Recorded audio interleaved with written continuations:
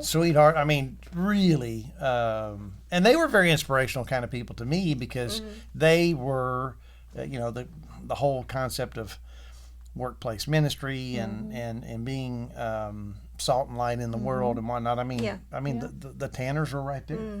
They were heroes of mine.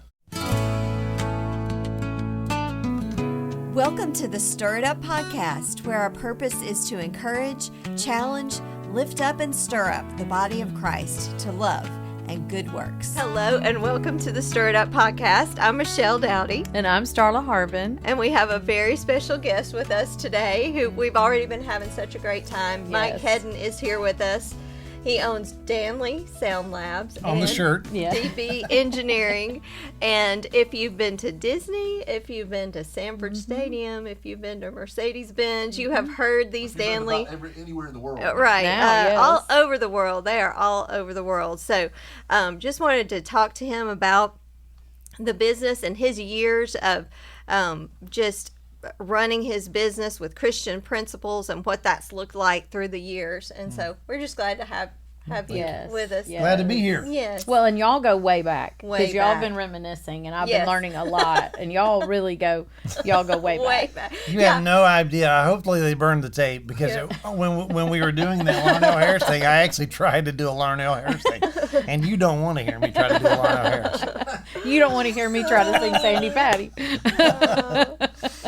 But the first time I heard Mike Hedden's name was early 90s when we were headed on the road. Oh, yeah. Yeah. So I've actually known you longer than I've known Mark, Yes. So we met when we were both working at a store at Georgia Music and Book Center. And now this store had pianos, books, Christian everything. Bibles, gifts, remember Bibles, how many Bibles had I probably ruined with we had the foil imprinter thing. The imprinter. We imprinted Bibles.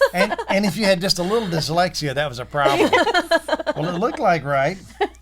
And then Daryl, who was the sweetheart of a guy, the guy that owned the place, he would be a terrible poker player because his tells, he had like, if something upset him, you didn't have to look real hard. Yeah. It's like, oh, why is Daryl turning beet red? Oh, he's... Now, was this in Gainesville? Now, Daryl, if that's... Yes. Okay. So, this was the Wiley family, the ones who owned J&J. Okay. The grocery store. So I get off the road, and so I was on the road with Truth, Christian band back in the day. I got off the road in 85. Anita, my wife, we had dated for like, 4 or 5 years, and then I went on the road. She graduated from Barry as a math teacher. She was teaching at Gainesville High School. So get off the road. It's the old joke of what do you call a musician without a girlfriend or whatever, and the punchline is homeless. But I get off the road. I have no money. I have trumpets and a lot of good stories, so I've got to find a job. And I remember plain as day. I'm driving down Browns Bridge, and Daryl had a help wanted sign out, and the music store had just opened. And I walked in there and said, "Hey, I just got off the road with the Christian band. I was a music ed major in college. I thought I was going to be a band director, and I'd done music at a couple of churches, so I was very familiar. I mean, that store sold choir robes, sheet music. Yeah, I mean everything. Yeah, it was like there just is not. There aren't stores like that. No, anymore. there are not, and there's a reason for that. But it was fun. I never will forget. So and you can edit all this out. So we had this sweet little tiny little girl named Linda Kent. Yes. That was sweet as sugar. And she was very prim and proper. And this very country guy walked in, and he's asking for a piece of sheet music. And he says, "I need to know if you have the music to Wallflower." And I remember watching her, and she says, "Excuse me, I didn't understand what you said." He said, "I need the music to Wallflower." And Linda's just trying to figure out, how do I go here, And then she said, could you write that down for me? And it's Wildfire. The old, who was it, David? oh gosh, he had 3 names. Something.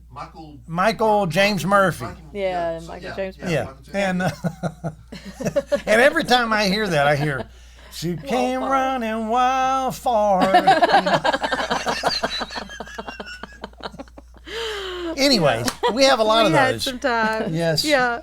So then, and you tune pianos too. Now, I did you already know how to do that when you, or No. you took a course? So I get off Yeah. the road.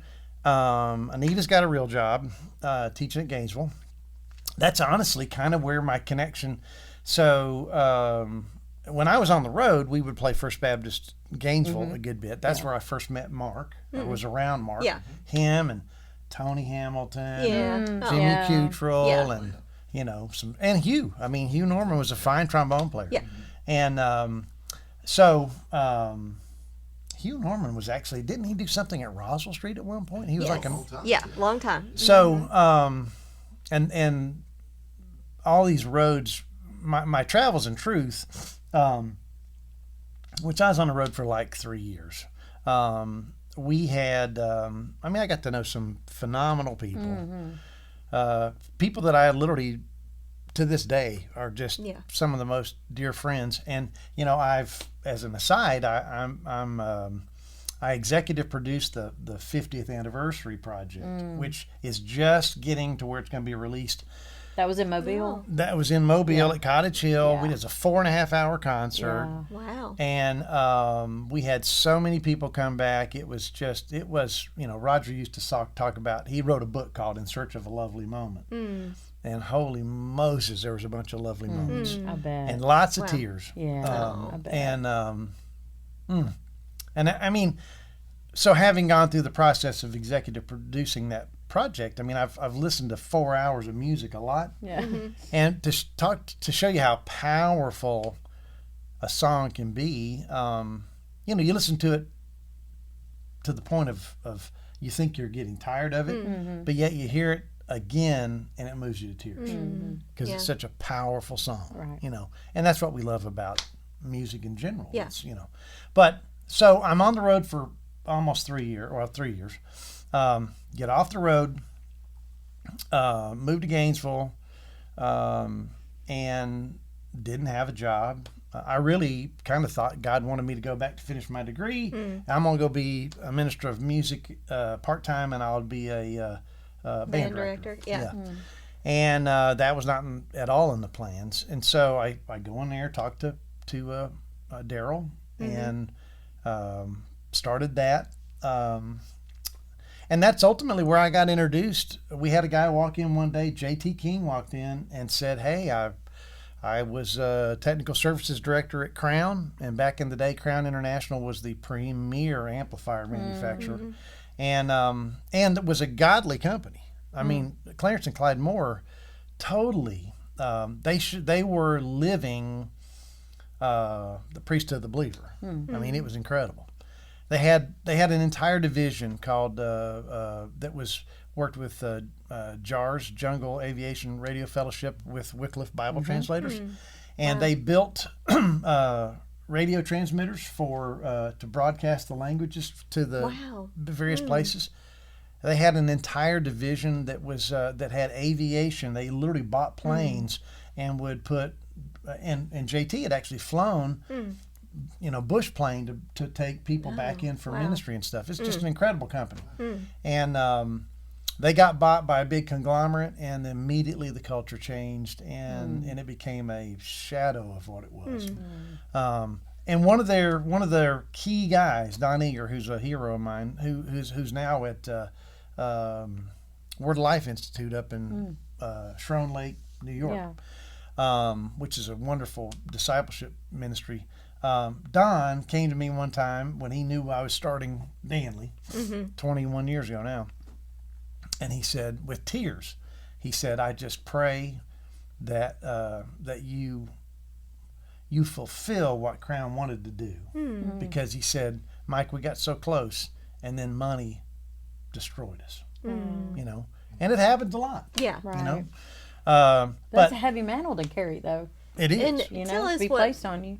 before we started rolling for real, you were telling us the title that you prefer and why. Yeah, So well, tell us about that. people will say, "What's your title?" And this just hit me years ago, but I'm chief steward in charge, so I'm just a steward of what I have been entrusted with, and I think we all are. I mean, honestly, Yeah. you know, and you know what's fascinating? The Bible says if you have not been faithful with what's been given to you, the Bible says God, not the devil, God will take it away from you. And why would he do that? Well, because we're not being faithful with it. Because in the parable of the talents, the one that buried it, that didn't use it, Right. you're showing God what you think of what he's given you. And so why should he give it to you? So I really do, you know, so JT comes into the music store. I don't know if this history lesson's all that Yes. important. No. That was one of my Sorry, questions. I just was- chased the, I love rabbit trails. Trust me, we're just getting started. Yeah, I'm like, well, just throw it in there. Yeah, you won't have to worry about lubricating your eyes because the eye rolls. You're going to have plenty of lubrication in your eye. And at one point, okay, Mark, turn it off. Can we get the guy out of here? There's a reason why we never asked him back.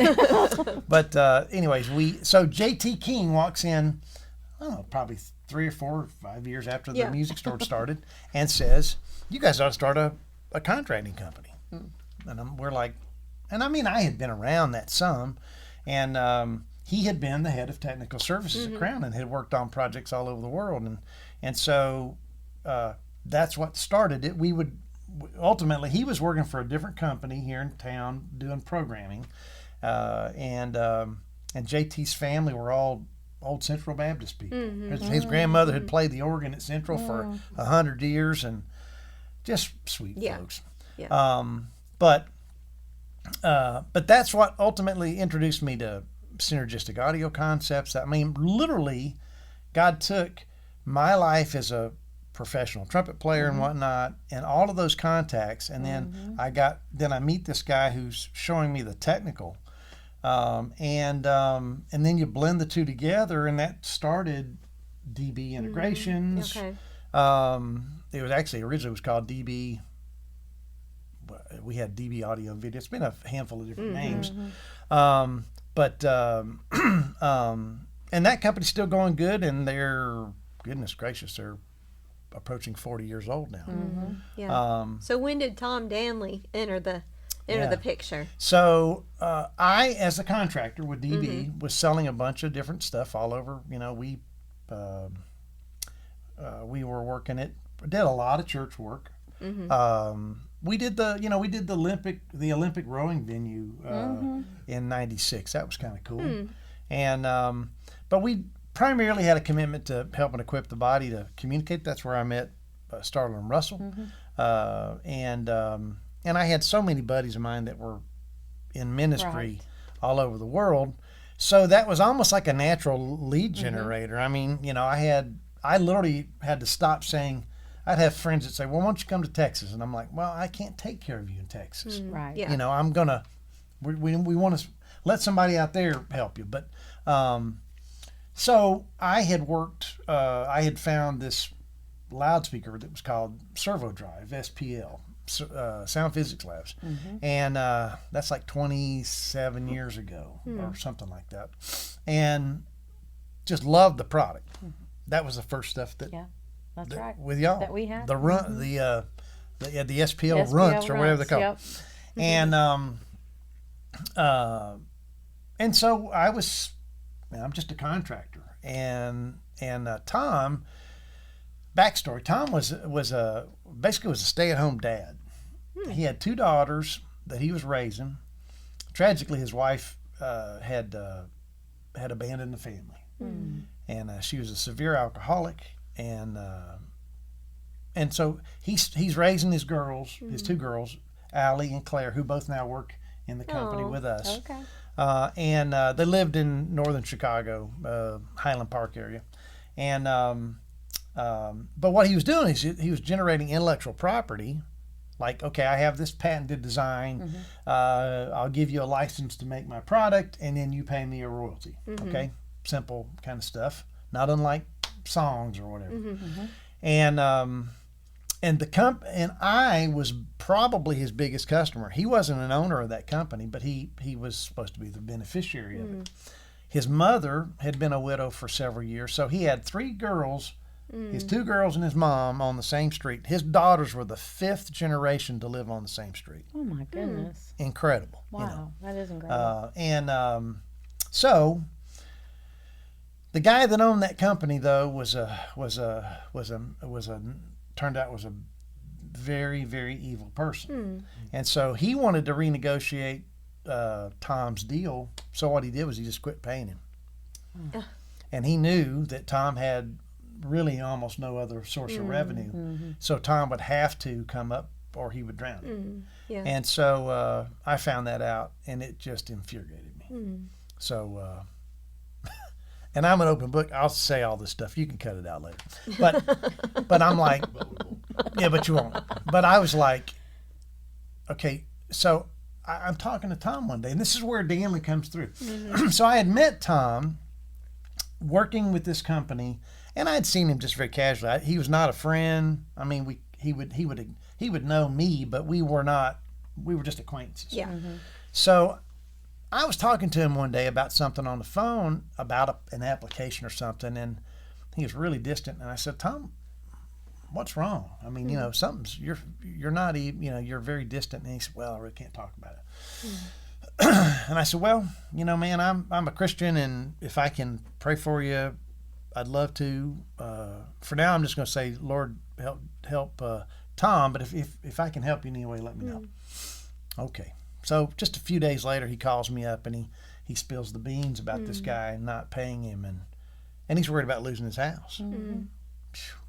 Goodness. And I'm as loyal as an old hound dog, and it just infuriated me because I thought, dadgum, I'm paying the guy that's supposed to be paying you Right. a chunk of money, Right. and he's not doing his part. So I said, well, Tom, tragically, I've had some friends of mine that went down this road, and they're no longer with us.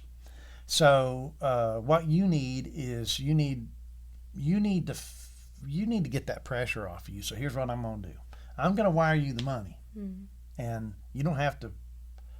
This is not charity. You can pay me back or whatever. I said, but I know if I was in your place, this is what I'd want. So I said, I'm going to wire you the money. They're not going to take your house. And I had no idea that company.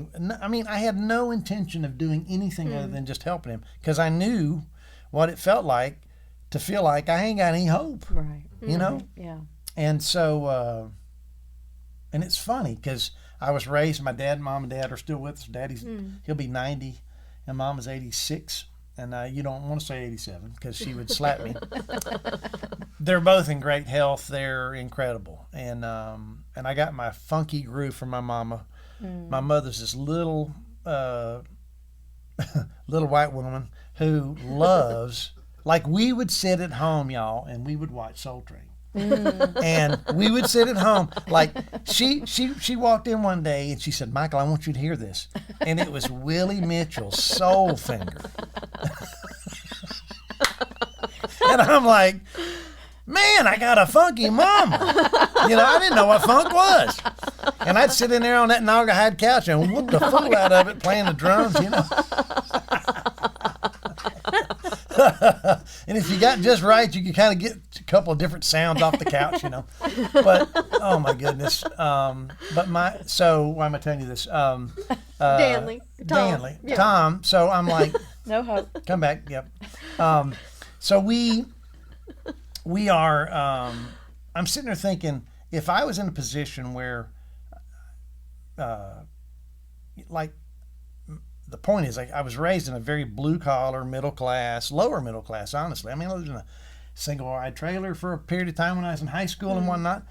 My dad got out of the Air Force. He retired. I was born in Texas, and we lived all over. We lived in Hawaii. We lived all over the place. But when Daddy got out in the late, it would have been 1970, I guess. I was 13 years old. No, that would be 74. And so everybody assumed my dad had money because he's retired. So he got treated that way. and we moved back to the mountains to Hayesville, Hiawassee, that area. Yeah. And my folks on both sides of the family go back 200 plus years up there. And anyways, but there wasn't a lot of work. If you weren't selling real estate or something in that area, there's no money up there. So anyways, and then Jimmy Carter, 21% interest rates and whatnot, it was breaking everybody's back. Yeah. So I don't come from a lot, but my mama and my dad loved me, and they made the most important investment, which was, there was no option. We were going to be at church Sunday morning, Sunday night, Wednesday night, brotherhood breakfast. We're there. Yeah. And you didn't get asked, do you want to go? Right. You just went. And my mother was with me when I came to Christ as an 11-year-old in Biloxi, Mississippi. And as Mr. Breland would say, it was at the Emmanuel Church, not the Immanuel. It was the Emmanuel Baptist, not the Immanuel. But anyway, so they gave me what I really needed, but we didn't have any money. But God started birthing this generosity thing in me years ago. And so anyways, I saw a need with Tom, and I was like, I can do this. So, I'm in this organization called C12. So C12 is it's the largest peer review business organization of its kind. There's about, there's 3,000 to 4,000 businesses in it now. And it exists to see, really it's about the priesthood of the believer. How do we see ministry flow through the workplace? Right. Yeah. Because the work of the church, the purpose of the church is to equip the saints for the work of the ministry, right? And while there's wonderful things that happen on Sunday, man, the bulk of the works better be happening Monday through Saturday. Yeah. That's right. And so, and a lot of people get that contorted, But, so we were, Tom, I help him, but I'm in C12, and I have a segment that's on bags, which was actually a Dr. Falwell thing. Big, hairy, audacious goals. Okay. What do you have in your life that's destined to fail if God's not in it? And I said, Lord, I don't really have one. I'm kind of doing the thing, and seems to be fine. But Lord, if you got something you want me to do, just show me. That's it. No big, I didn't go sacrifice nothing on an altar and, drag myself, down the street with glass and all that stuff, beating myself. Right. Sitting on the back of Funkin' Wagnall's back porch. That's an old Ed McMahon thing. Sorry. Sealed in a mayonnaise jar on the back of Funkin' Wagnall's back porch. So I said, Lord, show me if you want me to. And within 3 weeks, I'm having this conversation with Tom Danley. And Tom Danley calls me one day and says, would you have any interest in building my speakers? And I took that phone and I said, literally, just like this, Lord, is this the bag? Hey, Tom, let me get back to you. And I thought, I know, I've done a lot with speakers, but I don't know the first thing about manufacturing. Yeah. So I did what anybody do. I fleeced the fool out of it. I said, Lord, you're going to have to show me. Yeah. Because there's a way that seems right to me that could lead to death. There's all kinds of bad stuff that could come out of this. So And DB was going. and DB's fine. going. Yeah. And that literally, thank you, because that was one of the things that bothered me. I said, Lord, if I start this and I'm wrong, I'm going to see 25 families hurt because of my stupidity and me not hearing you. So just make it plain. Yeah. And so I bring Tom down. We're sitting at Chef Wang's across from Lakeshore Mall, at the Chinese restaurant. Yeah. And I said, Tom, the only way I can start a new company, if we're going to do it, is it's got to be used as a platform for ministry. He said, what do you mean? I said, well, and this literally just sort of spilled out of me. I said, well, if we do this, we're going to build a spirit-filled Trojan horse by which we are going to take the gospel to the nations and they'll never see it coming. He's like, what? I said, and then he starts crying. Oh. And I'm thinking, well, I'm blowing this up pretty well before we get started. And I said, well, Tom, where are you with the Lord? And he asked me, he said, when did you become an evangelist? And I said, well, I've had people call me Brother Mike for a long time, but I said, the point's got to be, where are you with Christ, with Jesus? And he said, I got saved in the space shuttle program. He was an aerospace. He worked for an organization called, or a company called Intersonics, which was working on the space shuttle. Wow. And he's a self-taught engineer. Doesn't have a classic education of any kind, but Dr. Patronus, who was the head of the physics department at Georgia Tech for 50 years, Doc told me, he said, Mike, I'm around a lot of smart people, and he said, you don't find people who think like Tom Danley. And anyway, so Tom, this sweetheart of a guy, I said, well, tell me about how did you come to Christ? He said, man, Mike, you don't see what we saw in outer space and not see God screaming at you. You know, the heavens declare the glory of the Lord. That's right. So I said, so what do you think about my plan? You know? And he's like, man, nothing would make me happier than know we could impact eternity. Oh. So I was like, awesome. So I take him up to Hampton Inn right there by the IHOP. Yeah. And I said, hey, Einstein, you're the brainiac. Lord knows it ain't me. If we're going to do something, we got to do something different. Because if it's not innovative, it's commodity. And that leads to cheap, and we won't be able to make it. So we got to do something different. And I said, good night. And I picked him up the next morning, and he told me, yeah, I got a couple of ideas. And 21 years later, we're still eating off those ideas. Wow. Yeah. It's incredible. So you have the names of some of the speakers, or the Jericho. Yeah, we have Genesis. Jericho's and Genesis horns and Caleb, and we have Exodus, and matter of fact, those names actually led to us getting a phone call one day. This is years ago, and it was will you come do a demo for Prince at Paisley Park? Wow. And I'm like, yeah, right. Who is this? No, seriously. I'm like, yeah, right. Okay, And we did 2 demos for Prince at his What studios. about that? I mean, we went into the holy of holies, and as it were.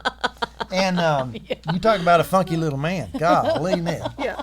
But it was so funny. We get there, and they're like, they meet us as you drive in. And it was a complex with giant gates and stuff. Yeah. And they said, okay, you can, do any of you guys have earrings or whatever? And I'm like, no. I'm a Baptist. And No piercing. none that I'm going to show you, at least. But no hardware. Okay. I call them rigging points. You could not have tattoos exposed. You could not have caffeine. You could not have tobacco. I said, what is this guy? Wow. Seventh-day Adventist or very legalistic. Yeah. And they said no pork, all of very like the Levitical law stuff. And the deal was you cannot speak to Prince. And if he speaks to you, that's one thing. And so we walked in kind of like, God, what is this, Dracula or something? Right. Where is he? Oh, there he is. But he's a little bitty guy. But and what attracted him was the names of those loudspeakers. Did he ever speak? Did he speak to you? He spoke to all of us at one point, and what was really cool was he had a see-through. He had a Lexan. He had a Lexan B3 with a Leslie. He had a Lexan Rhodes 88. He had these were classic keyboards, dead on, but you could see through all the works, and just amazing stuff. Wow. He didn't like line array, so he loved our stuff. We did a quad demo for him in his studio, so we had 4 Jerichos surrounding the funky dude, and he loved it. And tragically, that was the tour that he died on. Oh. Yeah. Wow. He was going to take our gear out. Now, this is another funny little story. So I'm sitting there, and I had been told Prince is famously cheap. And he's going to ask for you to leave stuff, and you'll never see it. And so I'm like, thanks for the input. Yeah. So I get there, and my buddy Mo had told me he had played with Michael Jackson on the This Is It tour, or that This Is It DVD. But Mo said, watch him. And I said, okay.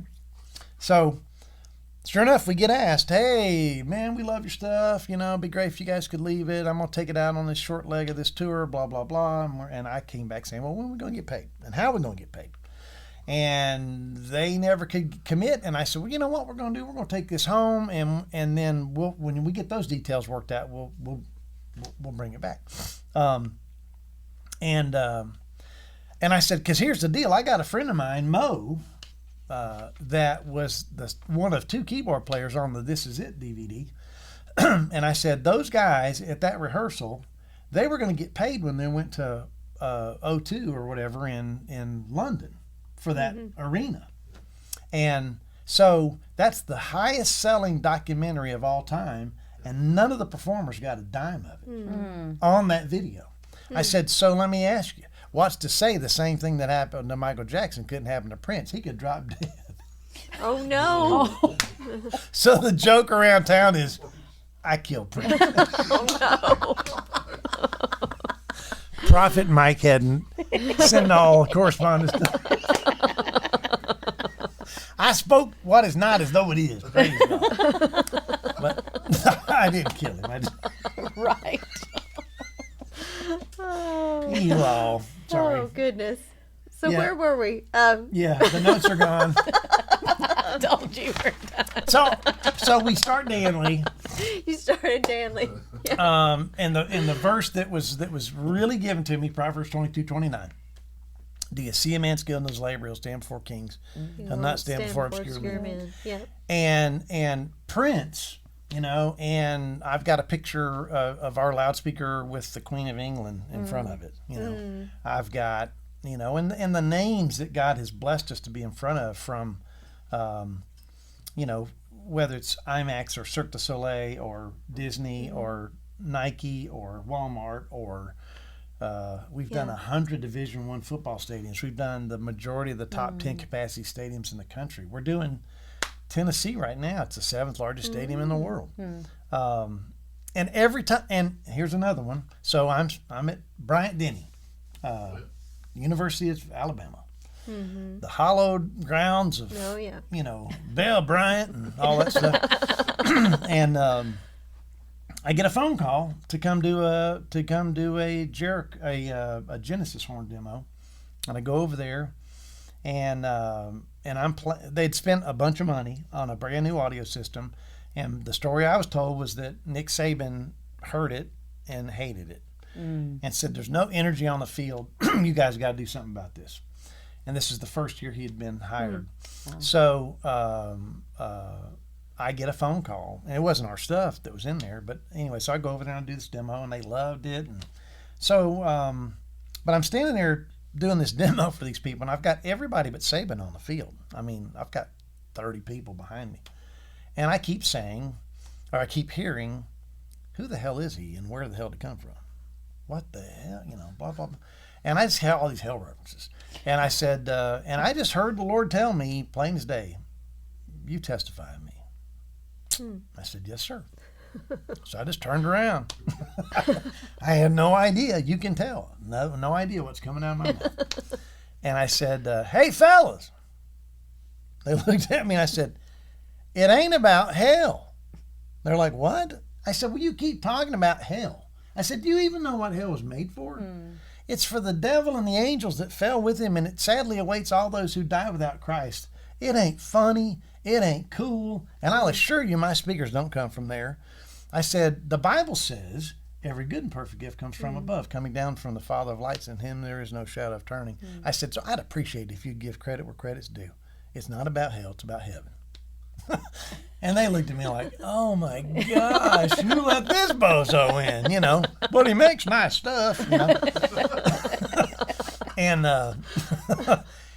and what was so cool was, I had that because I felt like that's what God called it. Like, for me, the why has always been, it's about seeking the kingdom. It's all about Matthew 6:33. It's about the why of what we do is not for me. I'm just a steward. And if I'm not faithful in sharing the message of hope that comes through Christ, then I am not being a faithful steward, and he will replace me. So I said, so I'm just being me. And one of the guys walks up to me. His name's Harold Sexton. And he was the head of AV at Alabama. Been there 28 years. Harold's got so many world national championships, he can put one on every finger and still have one in the drawer or two. And he said, he walked up to me and said, Mike, he said, I'm ashamed I don't have your boldness.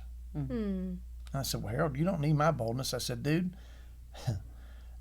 I got so much Peter in me. I'm a big talker, and sometimes I could deny him before the cock crows 3 times. Because my heart is deceitful, and I am prone to wonder, Lord, I feel it, you know. But I said, Harold, what you need is your boldness, and you just need to step out and let him, because he'll give you what to say in that very hour. That's right. And Harold now works with me. Oh. He came to me one day and said, Mike, I'm gonna retire, and you're the only guy I want to work with. Oh. Isn't that sweet? And he's doing a great awesome. job. It's just been so cool to see how. So every time we turn around, we're doing something that I'm going, wow, Lord. Yeah. Well, I know you share unapologetically with, I mean, just all over the world. So that kind of boldness, do you think that's ever cost you a job, or how do people Absolutely. receive that? Yeah, because, well, you know, the word says all who live godly are going to suffer persecution. Yeah. And so, yeah, I literally had a major consulting firm that I was talking to one day, and I'd known these guys through the industry before Danley. And I'm telling these guys, hey, man, I'm doing a bunch of stadium projects now, and love to work with y'all, and blah, blah, blah. And this one particular fella says, well, you know what, if you'll drop that Jesus excrement, we might talk about it. And I just laughed. I said, try that with a Muslim or a Hindu or a Jehovah's Witness or whatever. I said, and I told him, his name's Kevin. I said, Kevin,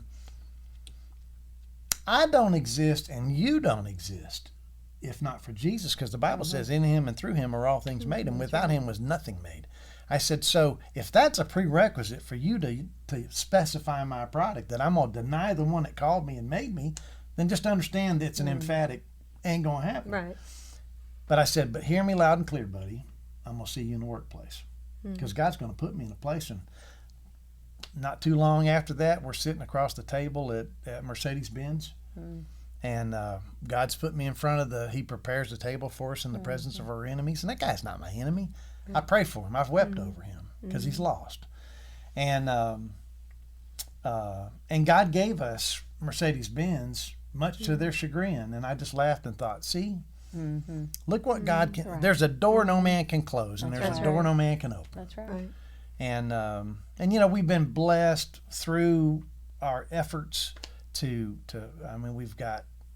I do a lot of overt and covert ministry. So I do a lot of. I mean, we help with FCA, and we do a lot of evangelistic stuff. We had this past year that we're aware of in direct service that my guys worked on. We saw about 3,100 folks come to Christ. Oh, wow. That is amazing. And it's amazing. And then we do like covert stuff. So we work with an organization called Skull Games, and man, it's hardcore. These are guys going in. What it is, it's a bunch of ex-military that they do these internet hunts, they call them, and they hunt down these sexual predators, and they build the cases, and they go to law enforcement and say, here's where this man is, go get him. And just in like Oklahoma City in the last 6 months, about 270 some odd men were arrested.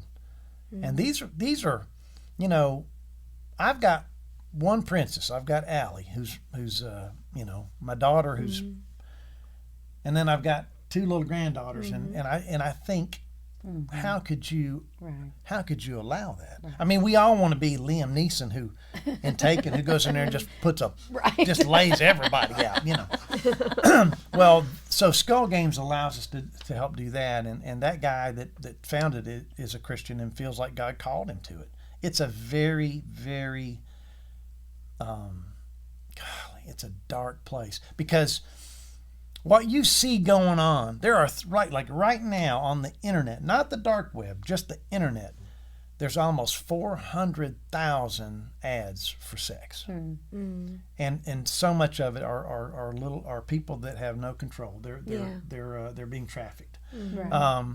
And then we help with an organization called Water Mission out of Charleston, and their whole focus is bringing sustainable, clean drinking water. The problem has grown since they started 20 years ago. The Greens, Dr. Green and his family started it, and there are 3 billion people in the world that don't have sustainable, clean drinking water. And to ladies, it really hits, because like in sub-Saharan Africa, a little girl, when she's big enough to carry a jug of water in her head, she starts walking, and she walks sometimes between 5 to 10 miles a day to go get water and come back. Yeah. And she'll do that till some, pervert chieftain marries her or rapes her at 7 or 8 or 9 years old.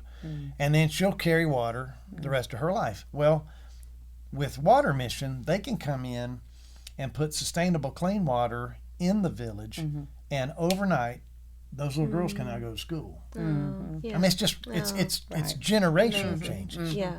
And even the water they're carrying is not clean water. It's no. It's terrible And water. a lot of that's a great point. Yeah. Starla, a lot of very well-intended people will say, well, we'll put a well. We'll go over and dig a well. Yeah. The problem is, if it's not sustainable, something happens to the well, it gets corrupted, whatever, and then in some cases they're as bad off as they were to start with. Yeah. The Greens, Dr. Green that started it, is a civil engineer and had done a lot of municipality water type stuff. So they actually have satellite communication. So when they monitor every well they've ever put in, and but they build these little micro businesses. So that village makes money off of the well, which then allows them to have enough money to help have the parts. So they're empowering these people. It's not just a giveaway. It's it really is a growing them up, and it's just fantastic. So we do a bunch of all the above. Yeah. Wow. Well, this has been so good today, just to hear the backstory and hear what y'all are doing. It's just really inspiring. And that's the name of our podcast is Stir It Up Podcast from Hebrews 10:24. Let's consider how to stir each other up For to good love and deed. good Yeah, works. amen. So you have stirred us Yes. up today. And just maybe as we're wrapping up, what's maybe the best piece of advice that you could give to someone? Maybe there's somebody kind of in similar to your situation, or somebody that has a dream out there. They want to start a business. What's the best piece of advice that you could give? I've thought about that over the years. Number one, don't be so concerned with the end that you don't start. A lot of people are so worried about, well, what could happen, that they never start. I think when we look at Jesus walking on the water and Peter, and every sermon you ever hear, they beat up poor old Peter. Took his eyes off Jesus.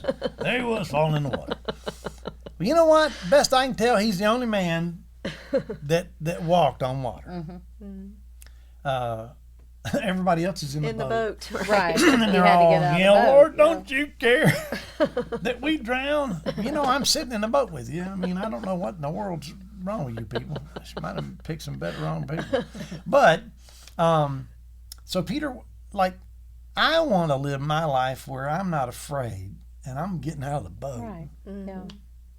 I mean, the world, it was Teddy Roosevelt said years ago that it's better to be counted among the few that experience great victory with maybe sad defeat, than to live in the gray twilight of the masses who go through their lives having experienced neither. Yeah. God did not call us to live a mediocre life. Yeah. And there's greatness in us, and not because of us, it's because he put it in us. Right. And I do think we have to be careful that, going back to that stewardship thing, are you being a faithful steward of what God's entrusted to you? Because if you are, he owns the boat, he owns the cattle, he owns the lake, he owns so if he says, come to me, yes sir. And so don't be afraid, get out of the boat. That's good. And he'll give you everything you need to accomplish all he's called you to. That's right. And his burden is light. It ain't heavy. If it's all heavy and burdensome, the Spirit of God always convicts specifically. He doesn't convict broadly. So if you feel all nasty and guilty, then that ain't the Spirit of God. Get out of the boat. Don't be afraid.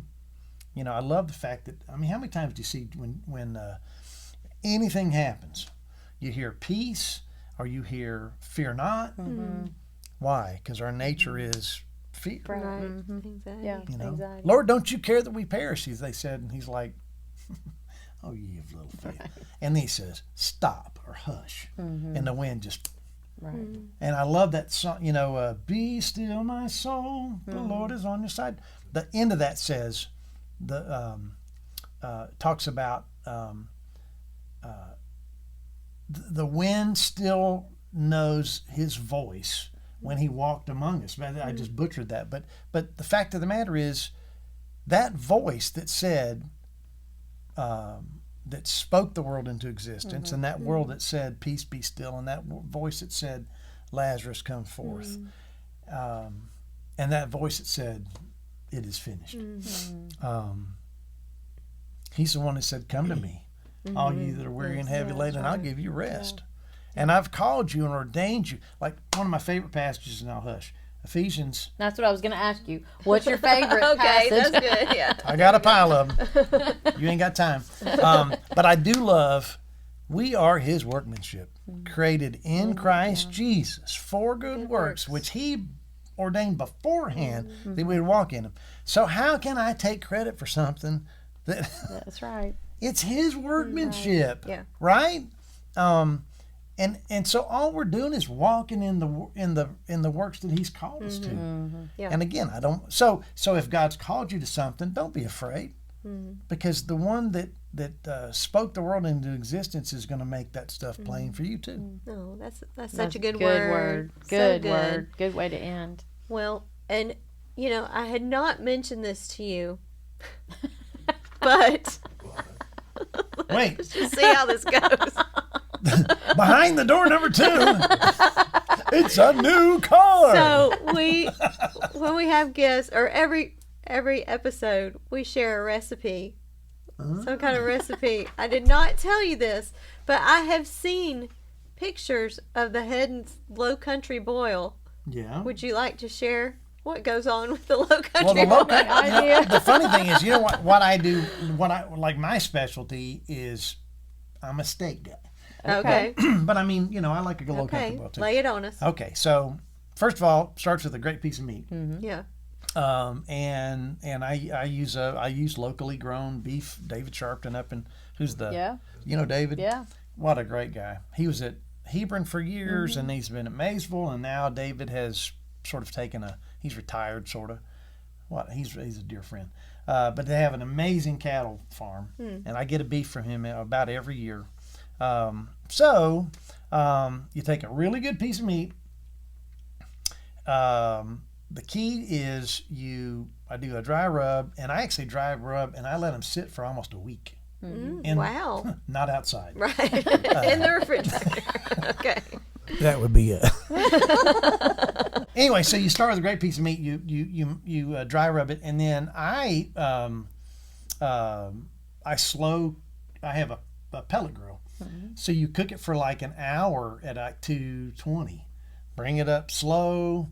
Get it up to about 125, 130. Because I'm a medium rare person. Matter of fact, if y'all know who Arlene Thomas is. Oh yeah. So Arlene Thomas, I love her she and Ken are two of my best friends. Right. But Arlene does not understand a good piece of meat. So she she a eats well it. done girl? Oh man, boy. she just kills it. Just Yeah. eat the charcoal. Come on. Yeah. but we so I bring it up to about 125, 130, because 130, 135 is medium rare. Then I take I've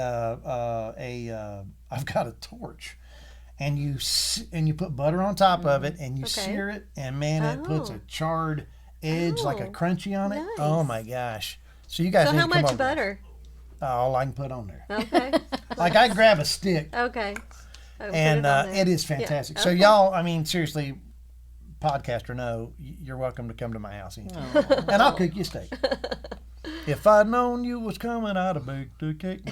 Well, this has been so good today. Yes. Just to get to visit and remember some things and talk about some good Y'all old are times. sweet folks, and I have I'm grateful that you let me come. Yeah, and I be a know part of people it. will be encouraged by Yes. everything you said. So Well, And some of Appreciate it. some of these clips may make it behind the scenes on our behind the scenes page. really behind, like cutting room floor.